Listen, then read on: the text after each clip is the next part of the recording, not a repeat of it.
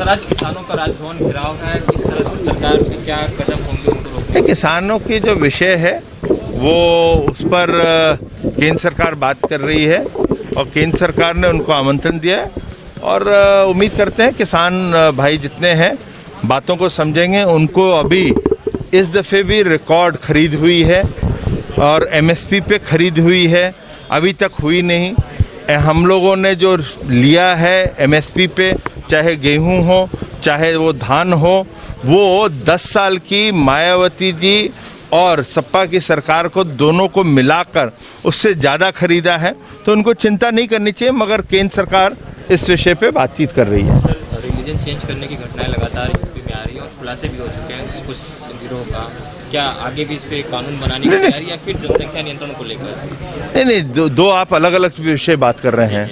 एक धर्मांतरण की बात कर रहे हैं, तो धर्मांतरण के विषय पर कानून ऑलरेडी है, उसका संविधान उसकी परमिशन नहीं देता कि आप बाय फोर्स करें, और उसका हम लोग कानून भी लेकर आए हैं।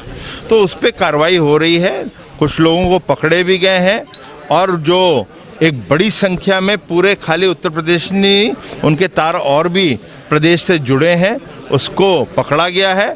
और साथ ही साथ जो विदेश से भी उनके लिंक दिख रहे हैं उस पर भी कार्रवाई हो रही है। अच्छा सर, जनसंख्या नियंत्रण सांसद और पूर्व सांसद लोग मांग उठा रहे थे, क्या इसी चुनाव से पहले कानून देखने को मिलेगा यूपी में? अब मैं अभी नहीं कह सकता कि कानून मिलेगा नहीं मिलेगा, लेकिन जनसंख्या का पर नियंत्रण होना चाहिए। ये पूरे देश के हित के है, इससे देश की जो आर्थिक स्थिति है वो और मजबूत होएगी। अब सरकार किस प्रकार से कानून लाती है और कब लाती है, इस पे अभी कोई निर्णय मेरे सामने नहीं आया है। संगठन की लगातार बैठकें हुई है, पार्टी पदाधिकारियों की, मंत्री सबकी लेकर क्या कुछ निष्कर्ष निकला 2022 को लेकर? क्या किसका चेहरा सामने आया है? नहीं, इसमें चेहरा तो योगी जी का है, हमारे पास ऑलरेडी चेहरा है, तो उसमें सोचना क्या हमें।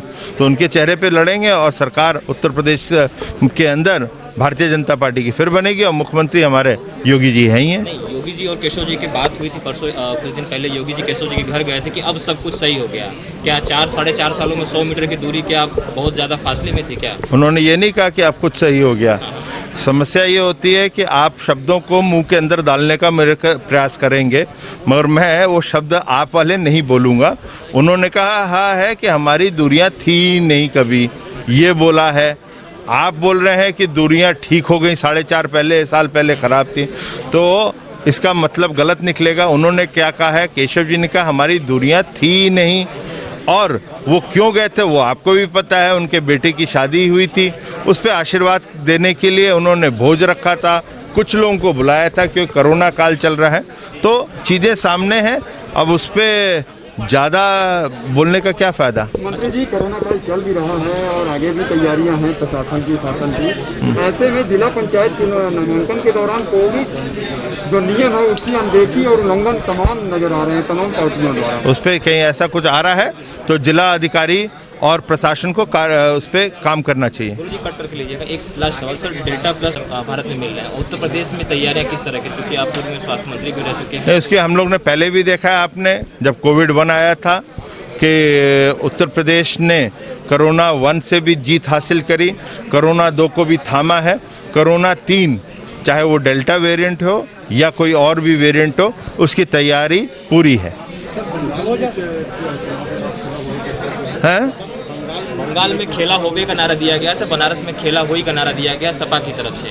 अब वो कोई भी नारा दे दें, खेल जो भी होएगा वो भारतीय जनता पार्टी करेगी और जनता के साथ मिलकर करेगी, उनके आशीर्वाद से करेगी और अपनी भारतीय जनता पार्टी सरकार बनाएगी।